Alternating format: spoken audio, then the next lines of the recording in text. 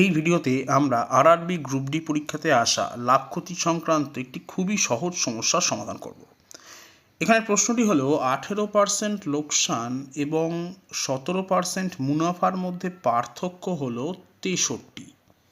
এখন 18% লোকসানকে আমি বলতেই পারি যে -18% লাভ, তাহলে 17% মুনাফা বা লাভ এবং -18% লাভের মধ্যে ডিফারেন্স হবে 17 বিয়োগ 18 এত পার্সেন্ট। এখন মাইনাস মাইনাসে প্লাস, 17 আর 18 যোগ করলে 35%।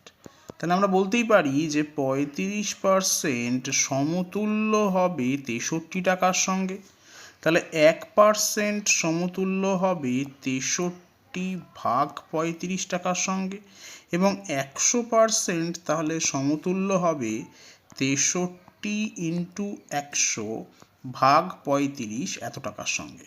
5 দিয়ে কাটছি 20, 5 দিয়ে কাটছি 7, 7 দিয়ে কাটছি 9, 9 ইন্টু 20 করলে আমি পাচ্ছি 180। তাহলে সঠিক উত্তর হবে অপশন ডি, 180 টাকা।